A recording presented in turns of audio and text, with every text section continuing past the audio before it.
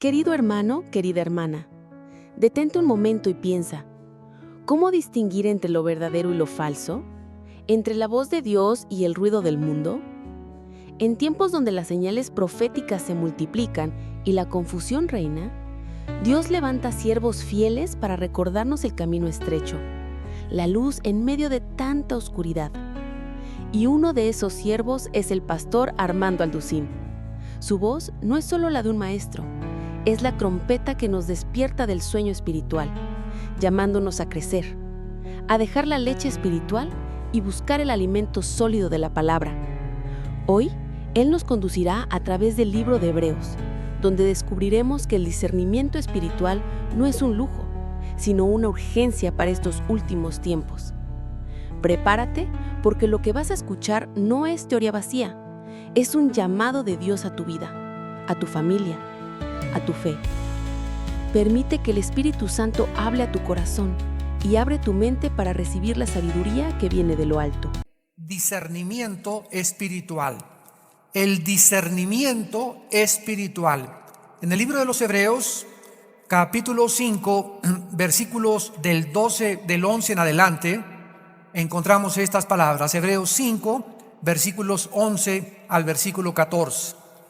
Acerca de esto tenemos mucho que decir y difícil de explicar, por cuanto os habéis hecho tardos para oír.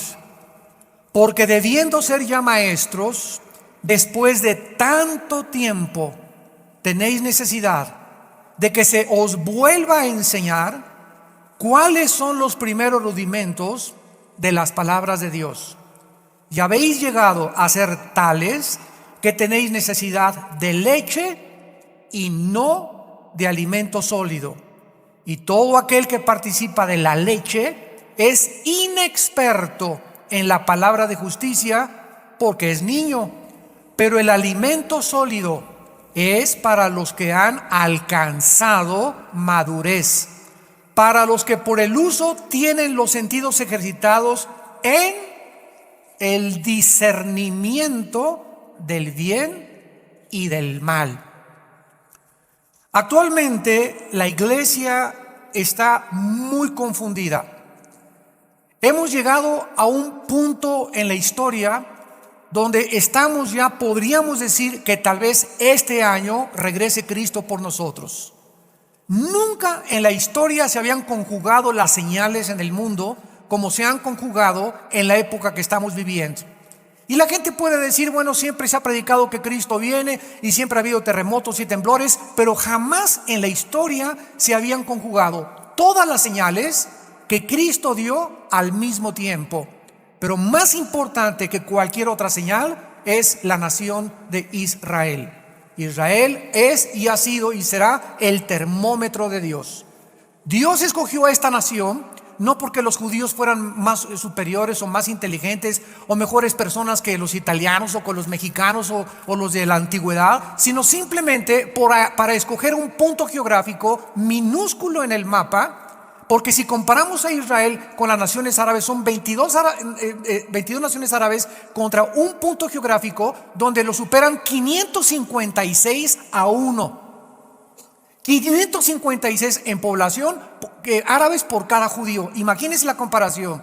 Y si comparáramos el terreno que tienen los árabes, que son riquísimos y Dios los ha bendecido grandemente con el petróleo, no se podría comparar tampoco, porque Israel nunca hasta ahorita ha tenido petróleo. Así que podemos decir que Dios ha bendecido más a los árabes que a los judíos. Y nosotros tenemos que encontrar en la Biblia por qué escogió este pueblo que sufriera como ningún otro pueblo ni ninguna otra cultura en la historia ha sufrido, precisamente para que nosotros pudiéramos poner nuestros ojos en este punto geográfico y ponerlo en la nación de Israel y viéramos a través del tiempo de qué forma todos los profetas a través de los imperios egipcio, asirio, babilónico, medo-persa, griego y romano pudiéramos comprender la forma en que se cumplen las profecías bíblicas. Así que ahorita nos damos cuenta, ¿verdad? En Israel con este problema de Gaza, donde además un grupo terrorista se está escudando detrás de los civiles, y pues claro que ante el mundo entero es un desprestigio increíble político, porque el mundo cree que realmente se están atacando civiles cuando es absolutamente lo contrario. Pero esta falta de discernimiento, de distinguir entre lo bueno y lo malo, entre quién es el bueno y quiénes son los malos, va a aumentar a un punto donde muy pronto todo sea gris, donde ya no veas esto es bueno, esto es malo, sino zonas grisáceas. Y cuando el mundo llega a ese nivel, donde ya no distingues entre el bien y entre el mal, la Biblia le llama réprobos o reprobados en cuanto al discernimiento espiritual. En el libro de Hebreos encontramos un problema gravísimo que ya Pablo tenía, o el autor a los Hebreos, se supone que es, muchos creen que es Pablo, creen que realmente ya habían ellos llegado a un nivel donde podían ya enseñar, y muchos de ustedes han caído, también los que nos ven a través de la televisión, a un punto en sus vidas donde, debiendo ser ya maestros y debiendo ya distinguir y no creer lo que las noticias dicen, lo que las cámaras de televisión enfocan, lo que los comentaristas comentan, ya tenemos que tener un momento donde sea el Espíritu de Dios el que pueda guiarnos a la verdad, porque no somos guiados por las noticias, ni por la televisión, ni por los catedráticos, ni por los que tienen licenciatura en ciencias políticas o en periodismo. Somos guiados, los que somos parte del pueblo de Dios, por el Espíritu Santo.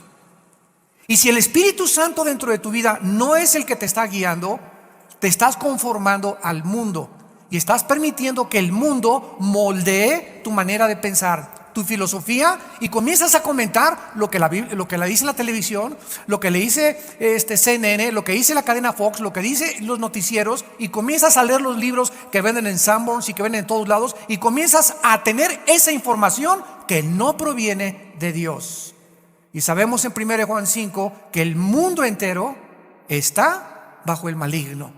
Así que hemos llegado a un momento como iglesia donde muchos de ustedes ya tienen que comenzar a madurar. Y tienen ustedes que enfrentarse a un mundo para poder saber qué es lo que realmente está pasando. Vamos a ver algunos, a comprobar de qué forma la gran mayoría en el cristianismo ha llegado a tener muy poco discernimiento, y lo podemos comprobar en que no saben distinguir varias cosas. Por ejemplo, millones de cristianos actualmente no saben distinguir la literatura falsa.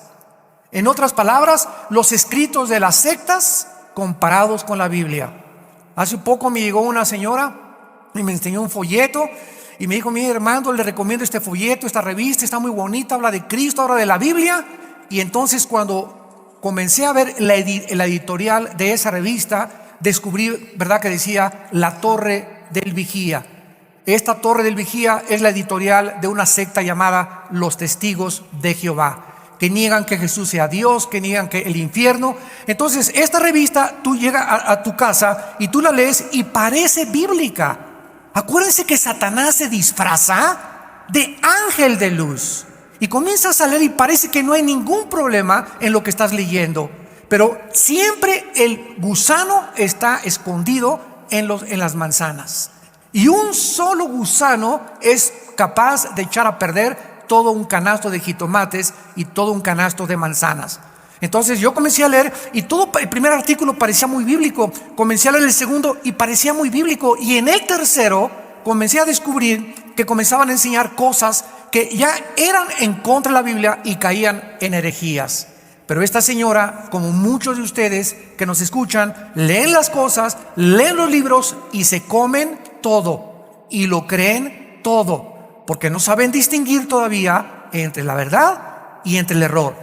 También vemos el ejemplo con los símbolos falsos. ¿Cuántos de ustedes conocen ese símbolo que es un círculo con una rayita y con dos palitos así, que se usó en los 60s como el símbolo de peace and love, que es la cruz volteada y quebrada de Cristo? Este símbolo salió en los tiempos de los hippies de los 60s, porque John Lennon, el que fue asesinado en Nueva York, el fundador del grupo Los Beatles, dijo que él era más grande que Jesucristo.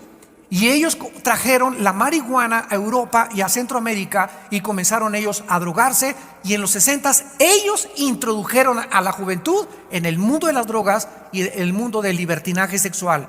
Y comenzaron a usar ese símbolo para demostrar que Cristo estaba derrotado. La cruz es así y es el símbolo de la cruz lo que nos muestra la victoria de Cristo. Ellos la voltearon y la pusieron al revés, rota y quebrada, para demostrar que es más grande el ser humano que Jesucristo. Este símbolo, cantidad de cristianos lo tienen. Se lo cuelgan acá y creen que simboliza peace and love. Qué bonito se oye, ¿verdad? Peace and love. Y esa paz y ese amor que ellos buscaron se convirtió en una degradación y depravación sexual. ¿Por qué? Porque fue en los 60 cuando todos comenzaban a vivir en comunas, 7 muchachas con 2 muchachos, 5 muchachas con 10 muchachas, etcétera, etcétera. Y ellos no entendían que la paz solamente puede venir a través de la paz en la cruz. Porque fue en la cruz del Calvario donde Dios hizo la paz con los seres humanos a través de la muerte de su Hijo Jesucristo. El mundo nunca podrá traer paz. Y el amor no es el amor de la Biblia. El amor de los hippies y de los 60 es el amor libertinaje, donde te acuestas con tu novio y con tu novia y no hay ningún problema para poder casarte y llegar ya no virgen al matrimonio. Entonces, ¿por qué ahora hasta los mismos cristianos usan ese símbolo? Porque no tienen discernimiento. No han podido distinguir todavía la literatura, no han distinguido los símbolos que son de Dios y los que no son de Dios, y todo lo ven tan sutil. Ay, qué malo, qué tiene malo esas cosas. Tiene mucho más de malo que aquello de lo que tú te puedes suponer. En tercer lugar, las películas satánicas, aparentemente inofensivas. Harry Potter, ay, no tiene nada de malo. Brujería blanca y brujería negra. Pues detrás de toda esta mezcla que se proyecta en el mundo, se encuentran los productores de Hollywood que hicieron Harry Potter para poder introducir a los jóvenes y a los niños en la magia y en la brujería. Y para que comiencen a acostumbrarse a que, como Harry Potter, comienzan a tener poderes sobrenaturales, que ha sido lo que el diablo ha querido hacernos creer, que somos Superman, que no necesitamos a Dios, que nosotros podemos hacer todas las cosas. Y esta es la razón por la cual estas películas, que parecen inocentes, traen un mensaje escondido satánico y el gusano del diablo. En cuarto lugar, las guías proféticas. Hace una semana me llegó por correo una guía profética de un famoso predicador en Centroamérica. Y decía, guía profética para el 2009. Y este hombre decía, va a pasar esto y esto y esto. Y eran como 3 o 4 páginas. Y el 90% de la cristiandad se lo está comiendo, lo está aceptando. Y yo le pongo las adivinanzas de este hombre. Porque no es una guía profética. En el Antiguo Testamento el pueblo era guiado por los profetas. Ahora somos guiados por el Espíritu Santo, individualmente, a través de la palabra. Pero muchos cristianos no leen la Biblia, no se discipulan, no toman diplomados. Y eso sí, a ver, hay un profeta para que me dé una palabra de profecía y que me diga si va a ser niño o niña a mí, y con quién me voy a casar, y cómo irán los negocios. Y estamos buscando, ¿verdad? Casi ya tu padrino Walter Mercado. Esta es la falta de discernimiento espiritual. Los cristianos están comiendo todo, tragándose todo y aceptando todo. Tenemos también falsas profecías de famosos predicadores. Yo hace poco vi en la televisión uno que tuvo en el estadio American Airlines en Miami una gran cruzada de sanidad, etcétera, etcétera. ¿Y saben lo que dijo? Que Pentecostés ya no era suficiente. Y que el Señor le decía en ese momento que iba a venir el espíritu de Eliseo a la generación del 2009 y que iba a llenar a la cristiandad con un gran avivamiento. Y los cristianos estaban ahí, amén, amén, sí, tragándose toda esta basura. ¿Cómo que Pentecostés no fue suficiente? ¿Cómo que el espíritu de Eliseo? El espíritu de Eliseo lo tuvo Eliseo, tenemos ahora el espíritu de Dios. Ya no hay ninguna otra unción. Primera de Juan capítulo 2 versículo 21, porque la unción que recibimos permanece para siempre con nosotros. Así que no hay tal cosa de recibir el espíritu de Eliseo, ni el espíritu de Juan Diego, ni el de Hernán Cortés. Es el Espíritu Santo el que tenemos y es el único que morará dentro de nosotros hasta la venida de Jesucristo. Pero los cristianos, sí, espíritu que caiga. Y el avivamiento, ¿cuál avivamiento? La Biblia habla que vendrán tiempos peligrosos, que apostatarán de la fe. Cristo dijo, cuando el Hijo del Hombre venga, hallará fe en la tierra. Y debes de probar los apóstoles que se dicen apóstoles y no lo son. Apocalipsis 2:2.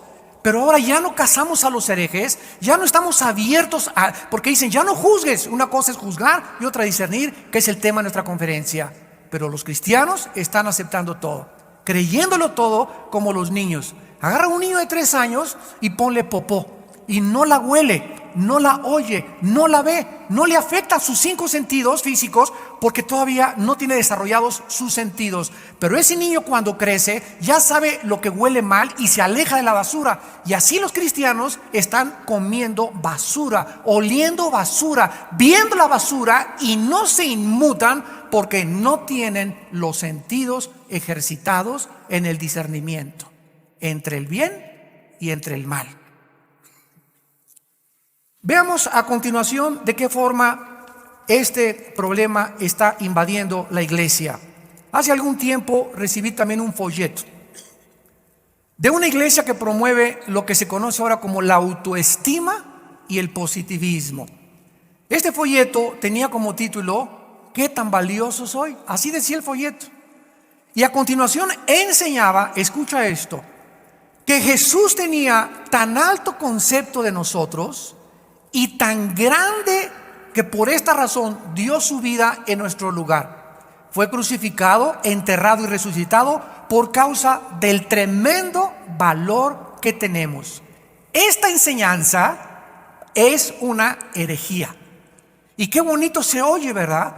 Dios dio su vida porque consideró que valíamos muchísimo. Esto es una herejía porque niega la doctrina de la gracia. Cristo no murió porque nosotros tuviéramos un grande valor de Dios. Todo lo contrario. Dice Romanos 5:10 que éramos enemigos y que siendo enemigos, Cristo murió por nosotros. Dice Efesios 2:1 que estábamos muertos en delitos y en pecados. Enseñar pues que la motivación por la cual Dios envió a su Hijo, por nuestro gran valor que tenemos, es negar lo que la Biblia enseña acerca del inmerecido amor que hemos recibido de Dios. Miren lo que dice, por ejemplo, en el libro de Tito, está ahí antes de Hebreos capítulo 3. Al contrario, ¿verdad? Dios nos amó por gracia, no porque valiéramos, no porque significáramos nada, simplemente porque nos amó por amor y por gracia, y la gracia es inmerecida. Dice Tito en el versículo 3, nosotros éramos en otro tiempo insensatos, rebeldes, extraviados, esclavos de concupiscencias, viviendo en malicia y envidia, aborrecibles y aborreciéndonos unos a otros. ¿Cuánto valíamos? Nada. Nada. Yo volteo hacia mi vida antes de ser cristiano y Dios me sacó del lodo. Cuando yo creí que ya había llegado al final de mi vida, cuando ya no tenía yo ningún sentido ni propósito para seguir viviendo. ¿Cómo que nos amó Dios por lo cuánto valíamos? Ay, es que vales muchísimo y por eso dará a mi hijo por ti. Al contrario, todo lo contrario. Dice el versículo 4, pero cuando se manifestó la bondad de Dios y su amor para con nosotros, nos salvó no por obras, no por nada que nosotros valiésemos, sino que nos salvó porque por su misericordia, por el lavamiento de la regeneración y por la renovación en el Espíritu Santo.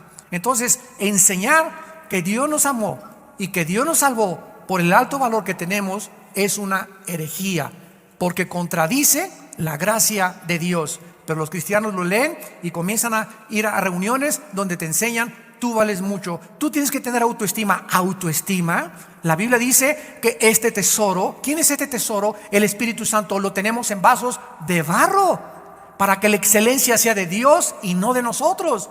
Nosotros, fuera de Cristo entre nosotros, en mí lo único bueno que hay es Cristo y el Espíritu Santo. Mi carne es corrompida, está sujeta al juicio de Dios que fue llevado en la cruz del Calvario, pero no hay nada bueno, perverso y engañoso es el corazón más que todas las cosas. El cristiano ya no depende de sus emociones, de sus sentimientos, porque son engañosos. Hay un mundo de maldad dentro de nosotros. Por eso tenemos que estar continuamente conectados con Dios para que a través del Espíritu hagamos morir las obras de la carne. Es el Espíritu el que Dios nos ha dado para poder vencer y tener la victoria. Porque en nosotros no hay fuerza de voluntad, en nosotros no hay buenos deseos, en nosotros no hay buenas propuestas. ¿Por qué? Porque siempre le fallamos a Dios. Separados de Él, nada podemos hacer. Y vemos en último lugar lo que se conoce como la psicología moderna. Es increíble la cantidad de líderes espirituales que recomiendan a sus ovejas ir a los psicólogos o a algún psiquiatra, simplemente porque muchos pastores y muchas iglesias se creen incapaces de prestarles ellos la ayuda necesaria para su conducta anormal. En el libro de Isaías capítulo 30, versículo del 1 al 3, Dios hizo esta advertencia a Israel. Isaías 30, del 1 al 3. ¡Ay! Y esta palabra ¡ay! Implica ¿qué cosa? Dolor. Cuando te pican, ¿verdad? Cuando te caes siempre gritamos ¡ay! Entonces ya estamos comenzando con una frase que habla del dolor.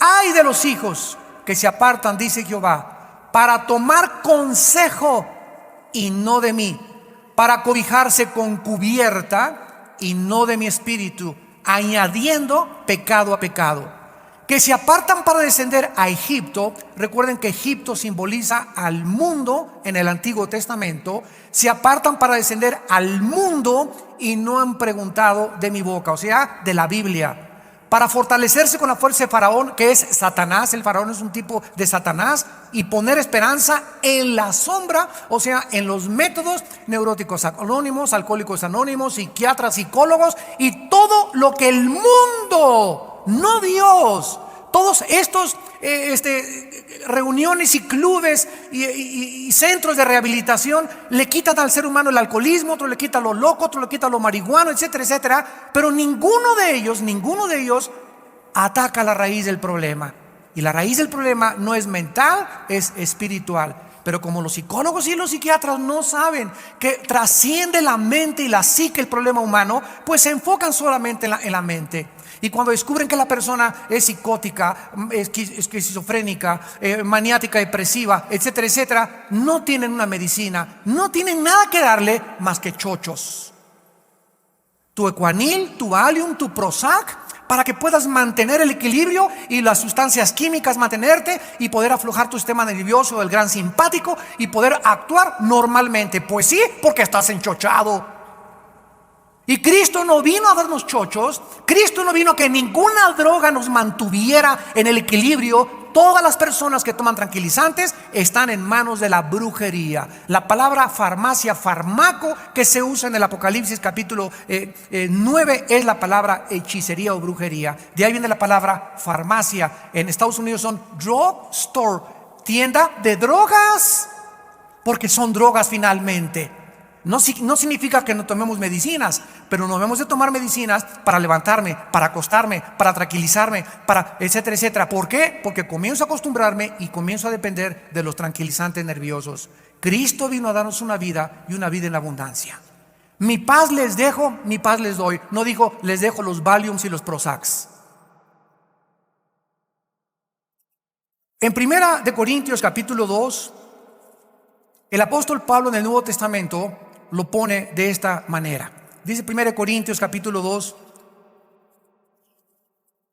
versículo 11. ¿Quién, pregunta la Biblia, quién de los hombres, o sea, no hay, en otras palabras, ningún ser humano, quién de los hombres sabe las cosas del hombre sino el espíritu del hombre que está en él? O sea, ¿quién se quiere conocer a sí mismo? Dice la Biblia, nunca ningún psiquiatra, porque es un hombre igual que tú. Ningún psicólogo, ni Parménides, ni Demóstenes, ni Sócrates, ni el doctor Einstein, ni el doctor Shakespeare, ni ningún ser humano conoce al ser humano, porque Dios es el diseñador de nuestra vida. Y la única revelación que existe de quiénes somos es la Biblia. Somos espíritu, tenemos un alma y vivimos dentro de un cuerpo. Entonces los seres humanos, examinando a otro ser humano, no pueden deducir de qué forma esa persona está actuando normal o anormalmente, porque ni nosotros mismos hemos aprendido a conocernos. Como me dijo una vez un hermano, ¿verdad?, en chiste: ay, hermano, es que nunca he comprendido a mi esposa. Y yo le contesté bíblicamente: es que ni como dijo don Teofilito la comprenderás. Dios no nos manda que tratemos de comprender a la esposa, nos manda que la amemos así como está de loca. No digo que todas están así, ¿verdad? Pero supuestamente la hermana de este hermano, ¿verdad? Dice que estaba, pero decía que estaba ya más loco que un chivo a la pobre señora. Le dije, mira, y aunque estuviera en sus 5 sentidos, nunca vamos a comprender, métanse esos varones a la cabeza, nunca vamos a entender a las mujeres. Y no tenemos por qué estar tratando de comprenderlas, simplemente debemos amarlas. Y aunque, si se pone a aullar a las 2 de la mañana tu esposa, ¿verdad? La tienes que seguir amando. ¿Quién de los hombres sabe las cosas del hombre sino el espíritu del hombre? ¿Cómo voy a tratar de comprender a mi esposa si todavía no me he acabado de comprender yo? Imagínense nada más, ¿no? Un psiquiatra está tratando de comprender a la gente cuando, de acuerdo a las estadísticas de la Asociación de Psiquiatría de Los Ángeles, el 60% de los psiquiatras en Estados Unidos están en un hospital psiquiátrico, pero no como médicos, sino como pacientes. Entonces no nos metamos en terrenos donde solo el Espíritu de Dios, entrando a nuestro espíritu, nos comienza a abrir la mente para darnos cuenta quiénes somos, y al ver quiénes somos comenzamos a desarrollar una capacidad que se llama el discernimiento para distinguir los espíritus de los demás. ¿Quién de los hombres sabe las cosas del hombre sino el espíritu del hombre que está en él? O sea, no es mi mente el elemento a través del cual voy a llegar a comprender psíquicamente o con psíquicos a los demás. Tiene que ser en mi espíritu donde yo tengo que discernir el espíritu de mi esposa, el espíritu de mis hijos, el espíritu del mundo, con mi espíritu que ha sido regenerado por el Espíritu de Dios. ¿Me van entendiendo? Así tampoco, versículo 11, así tampoco nadie conoció las cosas de Dios. Imagínense, si entre nosotros no nos podemos entender, ¿cómo es posible que haya lamas y maometanos y Hare Krishna y filósofos que están tratando de comprender a Dios cuando nosotros no nos comprendemos? Cuando sus pensamientos no son nuestros pensamientos, ni sus caminos son nuestros caminos. Entonces vemos la imposibilidad a la que el ser humano ha llegado. Tratar de comprender a Dios. ¿Y por qué permite esto en Gaza? ¿Y por qué permite los terremotos? ¿Y por qué permitió esta invasión? ¿Y por qué permite que los niños se mueran? ¿Y por qué permitió el cáncer? Estamos tratando de comprender a Dios con nuestra mente. Y es absurdo desde el punto de vista racional. Es como si un niño de 3 años trata de comprender las ecuaciones de Einstein. Es ilógico y razonable porque su cerebro no está desarrollado. Si entre nosotros, este es mi punto, no nos comprendemos, ¿cómo podemos comprender a Dios? Solo hay una manera: que Él entre a nuestra vida y Él sea el que nos comience, Él a través de su espíritu, viviendo dentro de nuestro espíritu, Él nos comience a enseñar sus pensamientos y sus caminos. Y para esto nos ha dejado las Sagradas Escrituras. Santifícalos en tu palabra es verdad. Fuera de la Biblia, ningún ser humano puede atreverse a emitir ni un juicio contra nadie, ni contra Dios, mucho menos, porque quedaríamos totalmente en el banquillo de los acusados.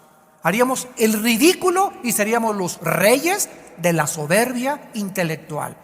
Porque no hay cosa más soberbia y más arrogante que desafiar a Dios y creer que nosotros sabemos más que Él, y ponerlo en el banquillo de acusados y decir: es que lo que está pasando, yo haría mejor papel que tú. Lo que está pasando en el mundo no lo soporto. Yo no sé por qué tú eres Dios y por eso no creo en ti. Esta es la razón por la cual muchos ateos no creen en Dios, porque no comprenden las cosas que solo el Espíritu de Dios les puede hacer entender.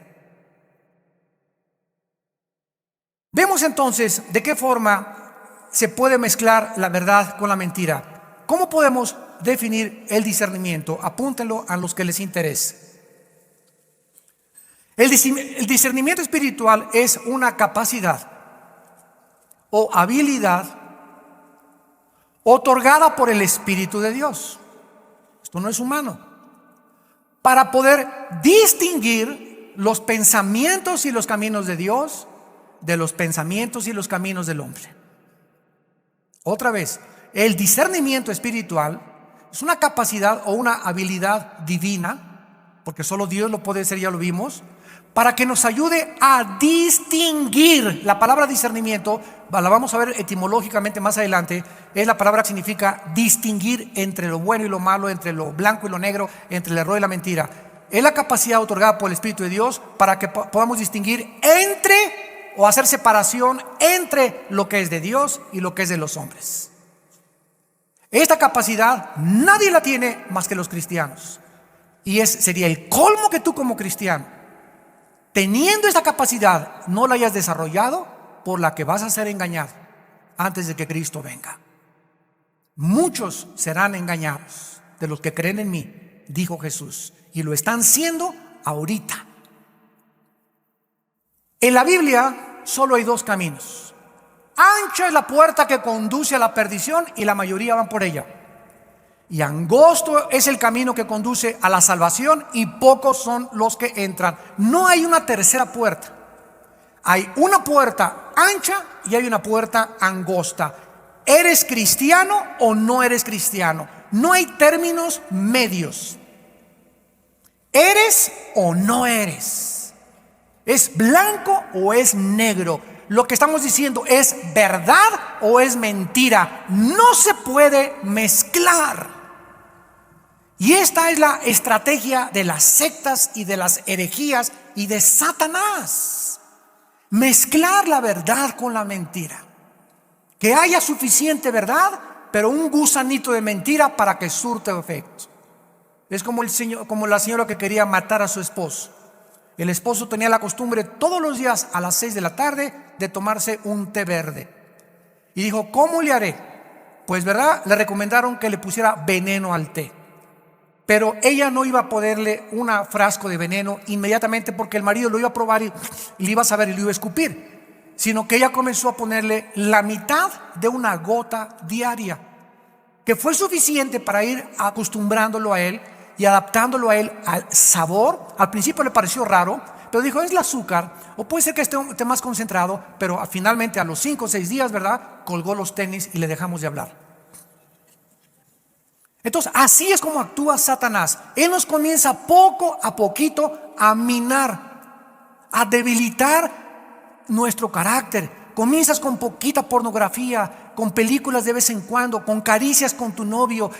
Comenzamos a permitir en nuestras vidas cosas que no debiéramos hacer. Sin que nos demos cuenta, nos comenzamos a insensibilizar. Sin que nos demos cuenta, repito e insisto enfáticamente, comenzamos a insensibilizarnos y comienzas a aceptarlo como que ya es normal acariciarte con tu novio, que se agarran y que se echan un clinch de 3 o 4 rounds ahí de besos y de abrazos, porque ya lo acabas aceptando con normal. ¿Cómo no va a ser normal si todas mis amigas lo hacen?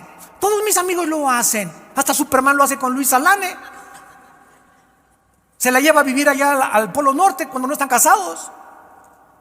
Nos comenzamos a adaptar a la nueva moral, a las costumbres de tu compadre, a las costumbres del mundo, a cómo el mundo vive, y somos un real sacerdocio, una nación santa que Dios nos sacó de las tinieblas a la luz, para que fuéramos diferentes, para que viéramos diferente, oyéramos diferente, oliéramos diferente, gustáramos diferente y palpáramos al mundo de manera diferente, conforme a los pensamientos de Dios, no conforme a los pensamientos de los seres humanos. Tampoco podemos mezclar, ¿verdad? Dicen Colosenses 2:8, se nos advierte, cuídense, miren de que no sean engañados por filosofías humanas. ¿Qué es la palabra filosofía? Pensamientos o sabiduría de acuerdo al mundo. Tengan cuidado, dice, porque estamos rodeados de ateísmo, secularismo, hedonismo, etcétera, etcétera, pluralismo y ismos que están por todos lados, comunismo y socialismo, cosas que los hombres inventaron y que son pensamientos que no provienen de arriba. Tengo que dividirlos, distinguirlos, separar ya. Como piensa el hombre, como pienso yo y como piensa Dios. Y esta es la carrera cristiana. Mi pueblo pereció porque no tuvo conocimiento. Nunca los cristianos en el Antiguo Testamento conocieron a Dios, más que muy pocos. Y está pasando en el mundo que estamos actualmente viviendo. Veamos ahora en 1 Corintios 2 la palabra discernir en el versículo 14 y 15, para comenzar a explicar la diferencia entre juzgar y discernir, que son dos cosas enteramente diferentes. Dice en 1 Corintios 2, versículo 14 y 15, el hombre natural, o sea, la persona que no tiene al Espíritu Santo, así se le llama natural, así nació naturalmente, de mamá y de papá. Estas personas no regeneradas, es otra palabra, no regenerado, no perciben las cosas que son del Espíritu de Dios. ¿Por qué? Porque para él son locura. La gente que no tiene el Espíritu Santo a nuestro alrededor, en la televisión, los doctores y políticos y literatos y escritores, y los citan y hablan barbaridad y media, ¿verdad? Y citan, etcétera, etcétera. Hasta los deportistas que solamente saben meter gol son autoridades ya en el aborto. Basta que un deportista sea campeón goleador o que una muchacha sea estrella de cine para invitarla y para que ella tenga una opinión autorizada de hablar acerca de los matrimonios gay y de la moral. Imagínense al punto donde hemos llegado. Estas personas no pueden hablar del Espíritu porque para eso él son locura y no las pueden entender. Porque sean de qué? Apúntalo en tu Biblia. La palabra discernir es la palabra griega diacrino, con D de Daniel, como día, D-I latina A y luego K, R-I-N-O, diacrino. Significa distinguir, separar, dividir, etimológicamente en el griego. Separar, distinguir una cosa de la otra. El espiritual, dice la Biblia, juzga todas las cosas, es la palabra diacrino. Ahora, aquí se nos está mandando que nosotros debemos, ¿qué cosa? ¿Qué se nos está mandando? Juzgar. A ver, espérenme, hermano, es que en Romanos 2 yo leí que dice, no juzguéis para que no seáis juzgados. Y no anden juzgando por ahí a los demás. Espérame tantito, la palabra juzgar es crino. ¿Ven por qué tenemos que estudiar la Biblia y no solamente leerla superficialmente? La palabra juzgar es crino, que significa dictar sentencia condenatoria. Es lo que se nos prohíbe. Dictar sentencia condenatoria. Un cristiano no está juzgando ni debe de juzgar a nadie. Pero un cristiano tiene que tener la suficiente capacidad espiritual para poder discernir y separar los problemas de un matrimonio. Si no, ¿cómo vamos a poder aconsejarlos?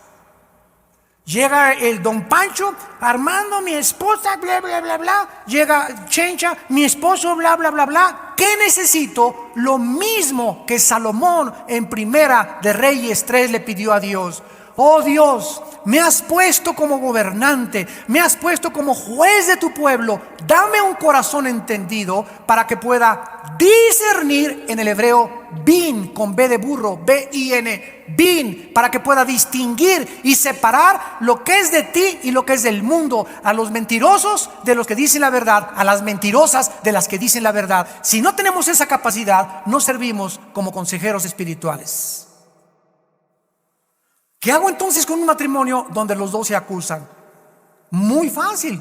¿Qué hizo Salomón cuando vinieron dos mujeres en su primer caso de sabiduría y le dijeron, es que estábamos dormidas y me robó el niño? No es cierto, es mi hijo. Salomón dijo, tráiganme una espada y partan al niño a la mitad y denle la mitad a una y la mitad a la otra.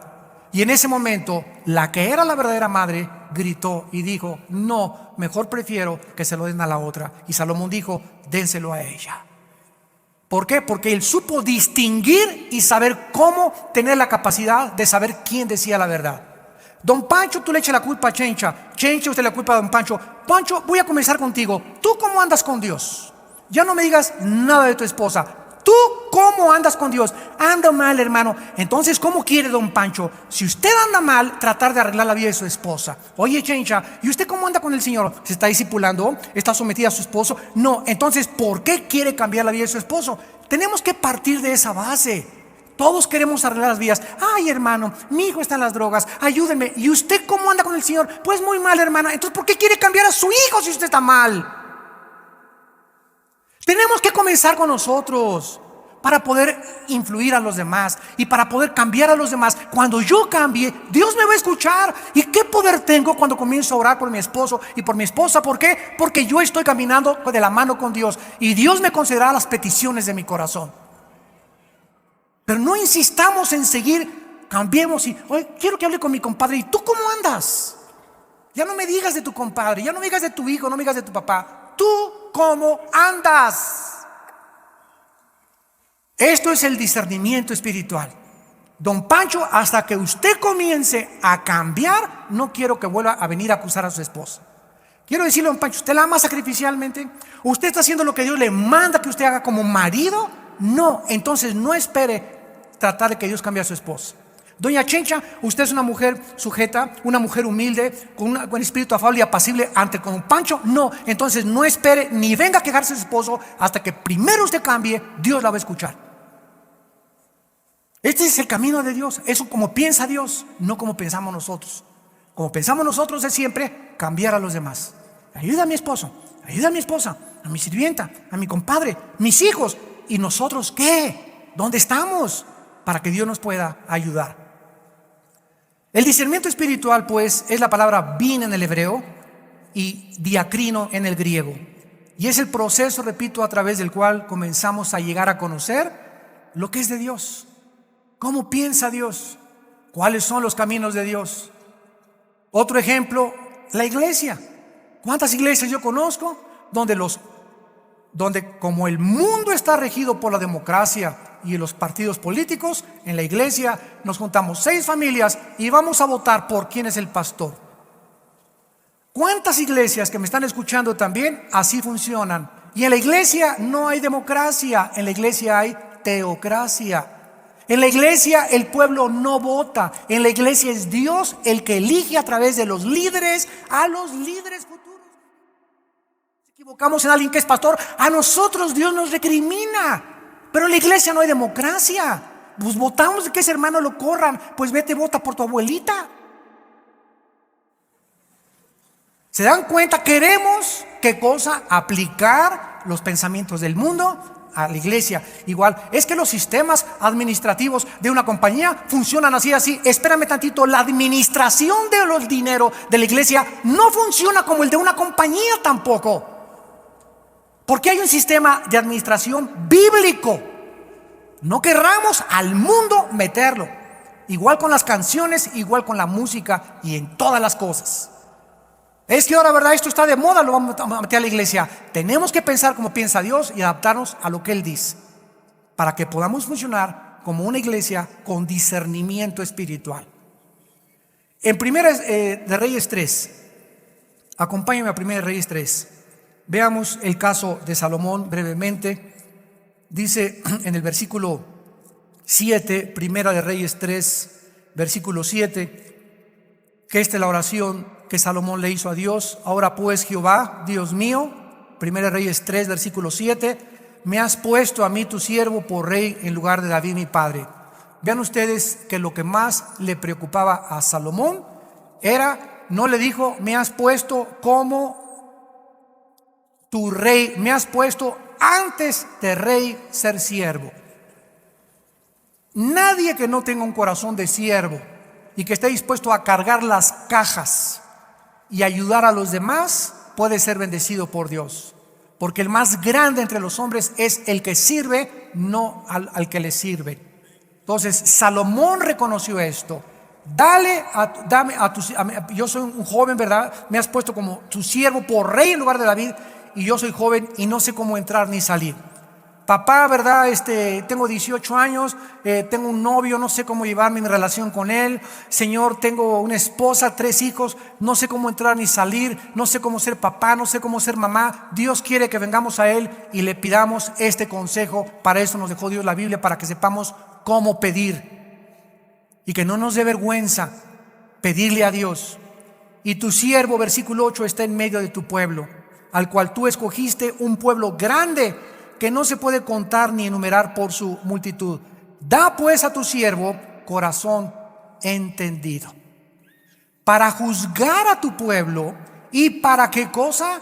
Bin en el hebreo, ponlo arriba, bin con B grande, para distinguir, para separar, para poder entender la diferencia entre lo bueno y lo malo.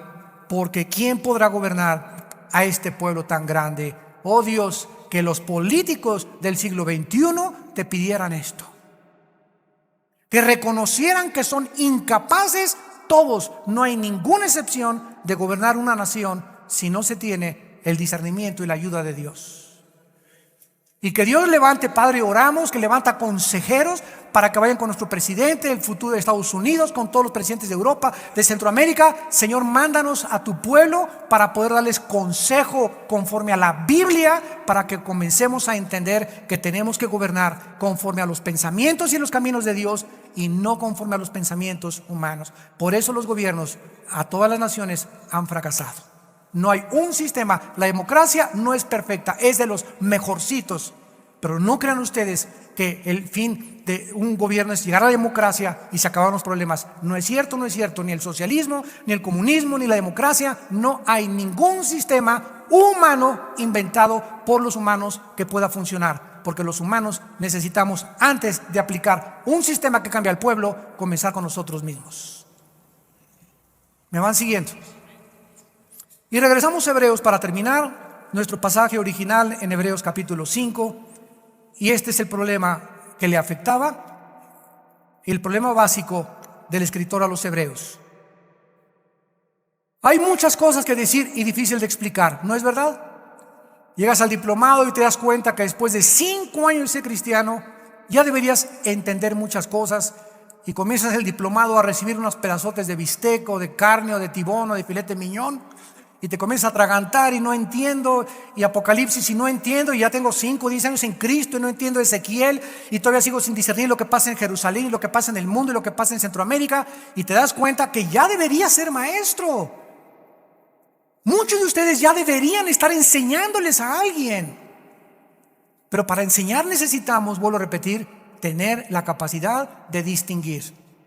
Debiendo ser maestros, después de tanto tiempo, tienen necesidad de que se les vuelva a enseñar el A, la B y la C. O en otras palabras, ¿cuántos de ustedes necesitan regresarse al kinder espiritual?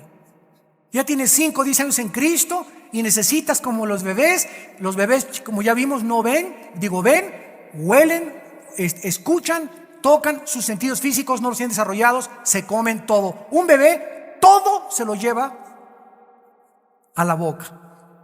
¿Por qué? Porque no distingue, no se da cuenta que eso es cochinada, que es basura. Agarra una cucaracha y se la llevan a la boca. Lo que les pongas se lo llevan a la boca. Y así están los cristianos. Todo lo que oyen, todo lo que escuchan, todo se lo están comiendo y se paran y amén, amén, amén, amén. Por eso tienen los cólicos espirituales que tienen. Y dice la Biblia, y han llegado a ser tales que tienen necesidad de leche y no de alimento sólido. Ustedes saben que los bebés no pueden tomar carne ni jamón, tienen que tomar leche, 1 año, creo que son 2 años nada más de pura leche. Y la mamá, dichosas las mamás que alimentan con su pecho a los bebés. Es insustituible, escúchenme mamás, es insustituible la leche materna. La composición química que Dios puso en la leche y en los pechos de una mujer, ningún químico, ningún físico, ningún científico la puede sustituir.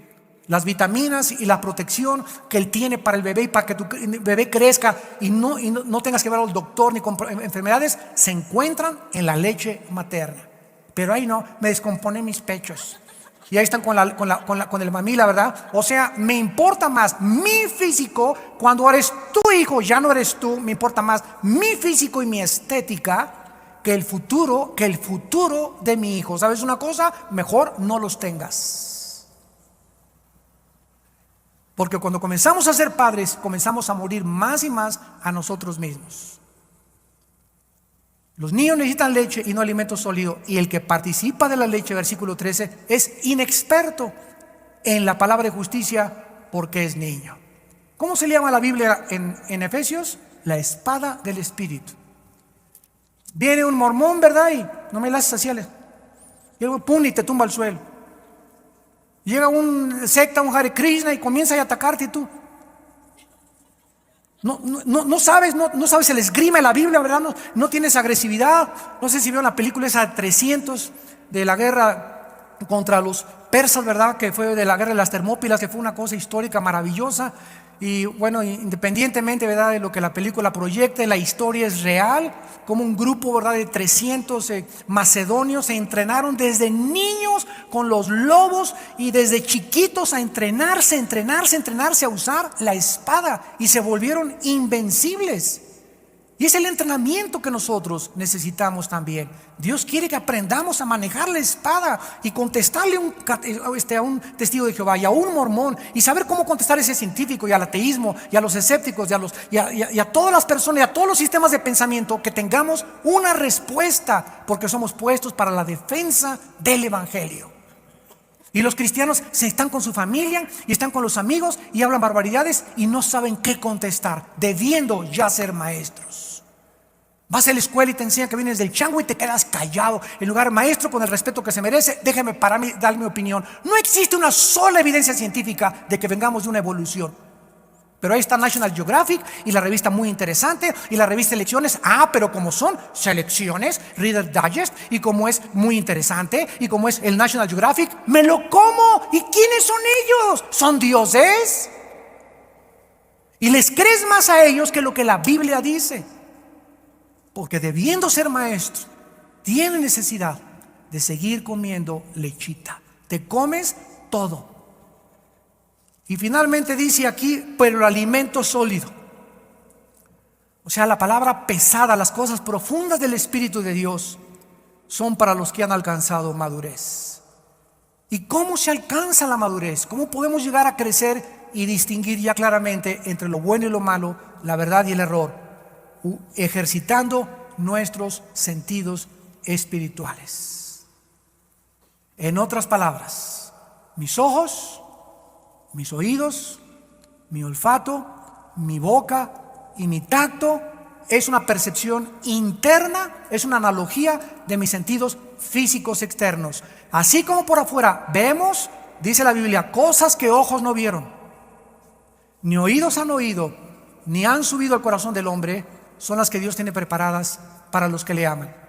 ¿A qué cosas creen que se refiere? Cosas que ojos físicos no han visto. O sea, hay cosas que podemos ver espiritualmente con los ojos espirituales de Dios. Y no estamos hablando de visiones o de sueños que ya están hasta el gorro de esas cosas en el mundo actualmente. Y hermano, tuve una visión de su vida y tuve un sueño. Cálmate, ya no comas pizza en la noche.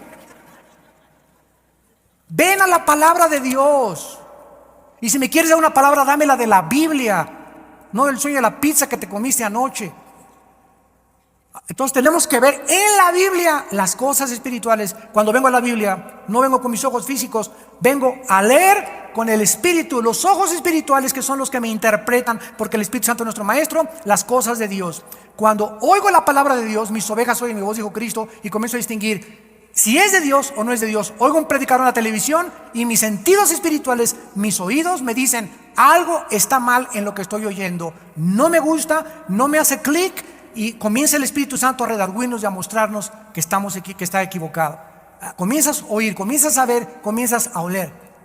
Comienzas a darte cuenta que necesitamos ejercitar los sentidos espirituales. ¿Cómo los podemos ejercitar? De la misma forma que lo hacemos físicamente. Si vas en la calle y todas las mujeres que pasan, te las comes de las medias hasta arriba con los ojos y las desvistes con los ojos, tus sentidos espirituales se están atrofiando. Debes desarrollar la vista para aprender a no ver lo que Dios quiere que no veas. Y aparece en la televisión algo, vuelta el canal. Yo 3 o 4 veces en los últimos 2 meses, mi esposa y yo nos hemos tenido que salir del cine. Así se los digo. A los 15, 20 minutos, vámonos. Inmediatamente nos damos cuenta que no nos está edificando, que es basura lo que está ahí delante de nosotros. Y comienzas a adquirir el ejercicio de lo que ves. Ya no oigas todo, lo están puros chismes y chismes y chismes. Atrofias tus oídos espirituales e impides oír la voz del Espíritu Santo, porque te encanta oír las mentiras de los chismes. Y así desarrollamos el tacto, desarrollamos todo usándolos para la gloria de Dios. Y finalmente, amados santos de Dios, una persona que acaba en la vida sin entrenarse y sin poder entender entre el bien y entre el mal, sigue comiendo del árbol del conocimiento del bien y del mal. ¿Qué es lo que Satanás le ofreció en el huerto del Edén para remontarnos a la raíz de todo esto, a nuestros primeros padres? Ahí está un árbol del conocimiento, no dice del mal, dice del bien y del mal. O sea, Satanás les dijo a la primer pareja: participen ustedes y ustedes aprendan a distinguir el bien y del mal sin Dios. Se comieron el fruto y de ahí a nuestros días los seres humanos están tratando de distinguir qué es bueno, qué es malo, a través de sus sentidos físicos y no de los sentidos espirituales, y por eso están engañados. Por eso hay sectas y por eso hay engañadores y seguidores hasta de Walter Mercado. ¿Por qué? Porque el mundo no sabe distinguir, separar, hacer una división entre lo que es de Dios y lo que no es de Dios. Y estamos en tiempos en que debemos aprender, antes de que vengan los tiempos futuros que vienen como huracanes tempestuosos contra el mundo, cuando ya deberías de ser maestro en la palabra de Dios. Gracias por tu palabra, Señor, en esta tarde. Gracias por edificar, consolar y exhortar nuestra vida espiritual. Gracias, Señor, por tu paciencia. Gracias, Señor, porque siendo rebeldes y extraviados y enemigos de ti, tuviste misericordia de nuestra vida. No porque valiéramos nada, sino por tu gracia y tu misericordia. Y ahora el valor que tenemos eres tú. Gracias, Señor, porque ahora dependemos de ti, como tu Hijo Jesucristo dependió de ti. Y no hizo, no vio, no echó un demonio, no sanó a nadie sin que tú intervinieras. Nos dio ejemplo para que sigamos sus pisadas. Oh Dios, que aprendamos a crecer y a desarrollar nuestros sentidos internos, nuestras percepciones espirituales, para poder distinguir en el mundo tan confundido, donde las tinieblas cada vez son más densas, quiénes son los buenos y quiénes son los malos, quiénes tienen la verdad y quiénes no tienen la verdad, qué cosa es blanco y qué cosa es negro, cuál camino conduce a la perdición y cuál camino conduce a la salvación. Y en esta tarde, ustedes que nos ven por la televisión y los que están aquí presentes, los invito a que vengan a la cruz, a que vengan a ser lavados de sus pecados mediante la sangre derramada del Hijo de Dios, que nos amó con un amor eterno para que nosotros pudiésemos comprender que separados de Él en la vida nunca podremos avanzar. Las personas que quieran invitar a Cristo en esta mañana, solamente dile a Dios en tu corazón: Dios mío, perdona mis pecados. Creo que en la cruz tu Hijo pagó en mi lugar. Quiero ahora que tú me guíes y me muestres la verdad. Reconozco que sin ti nunca podré por mis pensamientos entender ni mi vida ni la de los demás, menos la del mundo. Entra a mí, Espíritu Santo, ilumíname y guíame a la verdad. Porque creo que en la cruz pagaste por mis pecados, Señor Jesucristo, y que a los 3 días resucitaste entre los muertos.